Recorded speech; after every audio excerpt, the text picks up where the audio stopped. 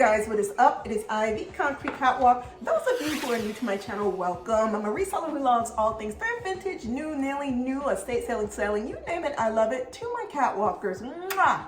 Welcome back to a new video this Sunday. For those of you who are newly subscribed, thank you so much for coming along together with me on this journey. And there are some things that I want to show you. I thought it was going to be a haul, but it's not. A quick snippet of some things that I have come across that I think you may be interested in, and if you are, run, don't walk together. And then there are two bags that I want to show you from back in the day. I'm not gonna hold this up. Let's just get into it. As a run, don't walk, a treat, and the other is a snack. Now, I usually do not do anything related to, you know what I show and tell on my channel. These are puffed Cheez-Its. I am not a big snacker. These are the perfect things to grab and go. They are that good. Any local supermarket that sells Cheez-Its have these, delicious. So run, don't walk. It is Easter Sunday. There are many people who celebrate a wonderful holiday. Those of you who are celebrating Passover or Easter have a wonderful holiday. I happened to be in Walmart and I came across something that was so cute. When I saw this little princess bunny and the 4 little peep candies underneath, so cute. Her little crown and everything, she is girl pink, and I am all living for this. If you have a chance to get to a Walmart, look for this. The next thing that I want to share with you, and a run, don't walk, is also from Walmart. Now you guys, I am a big sandal person. In Walmart, I came across these. When I tell you these are like Teva style sandals, they have sequins on them, they're shiny, they're cute, and I'm gonna show you something. These came up to all of $12.98. These are a run, don't walk situation. You guys know Walmart has been killing it in the clothes and some of the shoe department pieces that they have been offering as of lately. And I would suggest, if you're interested in these, check out Walmart's shoe department. Last thing, run, don't walk, is if you are on the East Coast or somewhere up and down the East Coast like me, you know there is a place called Gabriel Brothers, now simply called Gabe's. I happened to come across some sunglasses when I was in there. Look, you know I love a good pair of designer shades. However, I don't care if sunglasses cost $3.99 like these did. If they work, they work. They can even come from the Dollar Tree, and you've seen that here on my channel. Came across these cobalt rich blue. Oh my God, these sunglasses, when I tried them on, guys, I was like, I need these sunglasses in my life. If you have a Gabriel Brothers near you, don't sleep on their sunglass department or anything else for that matter that they have to offer. Don't sleep on Gabe's. Run, don't walk. Head into Gabe's if you're on the East Coast and see what they got. Okay, let's get into the crux of what it is that I want to talk about. I always come with notes. I love to read a lot about fashion, what's trending. Sometimes I do get a sixth sense about things that could potentially be coming down the pike. One thing that I have noticed picking up a lot of steam, and a lot of people are targeting bags from past eras. I am not talking just about Fendi baguettes or Prada bags. I am talking about Marc Jacobs, Chloe bags, you name it. People are starting to look at past years gone by bags, and I don't want to necessarily call them it bags, designs of the bygone seasons, eras of that particular designer or design house, and people are grabbing them up. People are looking to save a buck, but they're also looking for the original. We all know design houses have gone through re-editions of bags. Prada's a perfect example of that. Fendi has done it. Gucci has done it. Vuitton has done it. But to me, I don't care how many times a design house, especially when it comes down to bags, tries to do a reinterpretation of said popular past era bag, it is never the same as owning the original. It brings me to two bags that were on my radar for many years after they were introduced. Please understand this. Everybody's financial situation changes. Their ability to do things changes. Younger me couldn't do the things that grown up me can do now. Sometimes when you decide you want to go back and revisit bags past, it is prime picking season to find those holy grail bags at that point in time, today real time, for a fraction of the price. The first bag that I want to show you, I have always been a fan of Prada Balletto bags. Two bags from Prada that I have specifically had my eye on, and I will post here or here.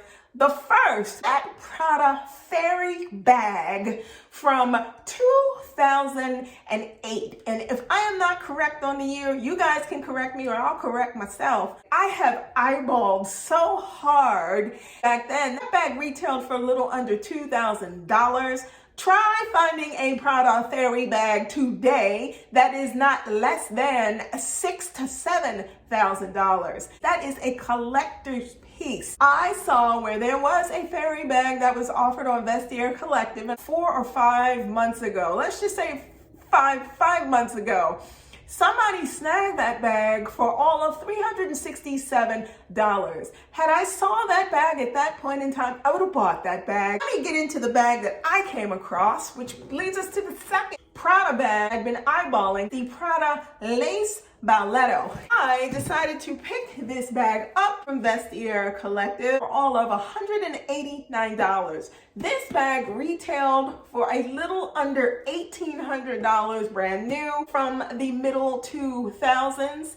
It is the most fantastically soft leather. She does have some issues on her. I don't care about that, but in pristine to very good condition, these can get up as high as $2,000 to $3,000. Next bag that I want to show you from the reign of the illustrious Phoebe Philo when she was at Chloe. We all know about the Paddington, the Chloe Silverado, Chloe Python bags.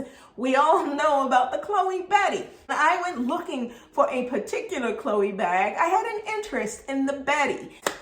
I found myself looking around and I noticed a pattern. When people were actively searching for this bag, they have this little bar that says trending. People are actively looking for the Silverado, the Betty, and some of the Paddington lock bags. I decided to carry myself over to Tradesy. I ended up picking up a Betty Python. You guys, let me show you Chloe Betty gray Python bag. When this bag arrived, I took it out of the box. Considering the price point that I snagged this bag for, she came with all of her attachments. This Python Betty bag, when it was introduced by Chloe in the middle 2000s, I believe 2005, 2004-ish to 6, was busting at the seams of over $2,800.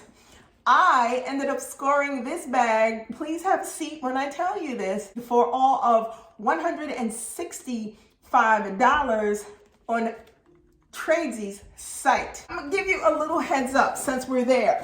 When it comes down to past collections of bags, be ready, because these bags will quickly become collector's pieces. People can say, oh, it's outdated. Oh, it's no. A design house will never be able to replicate the first of any edition bag that they introduce. It will always be a re-edition. Second of all, if you get a feeling that something is going to start picking up, follow your gut, because I'm going to give you a good example, and I'll post it here and here. Marc Jacobs, the Stam bag on Preloved is that hot.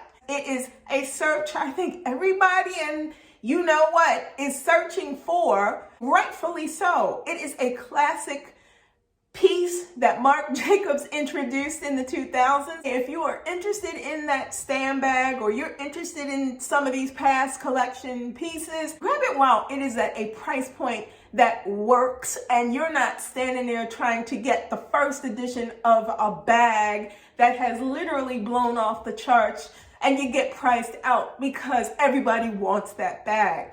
It has happened with the Balenciaga era motorcycle bags. It has happened with the little Prada nylon hobos. Come on, you guys, you know. I love sitting here talking to you guys about things that I see, things that I notice, because I do it so much. I love it. I love collecting. And when I see things and I think it's worth saying to you guys, look, pay attention. If you're trying to put some things in your handbag collection that are holy grail pieces or collector pieces that you would like to own, do it at a point where it is just starting to take momentum and you can grab it at a price that will work for you and your bank account. There you have it. That is what I wanted to share with you. These two bags, and I am absolutely over the moon that they are now a part of my bag collection. And the other run, don't walk things, if you're in Walmart or you happen to be in Gabe's,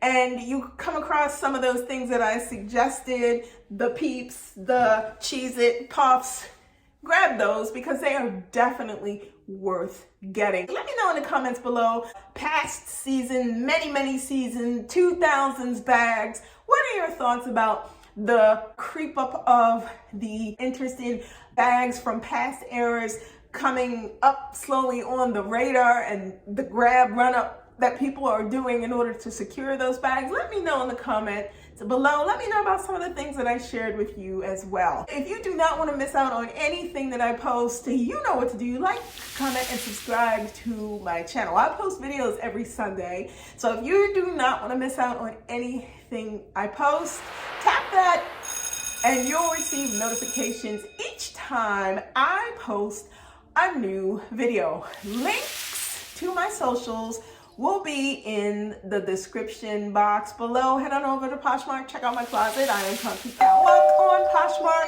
If you see anything you like, feel free to leave a message there or message me on IG. I am the Catwalk's Concrete on IG. Thank you so much for stopping by this week. Be safe. See you all next Sunday. Bye.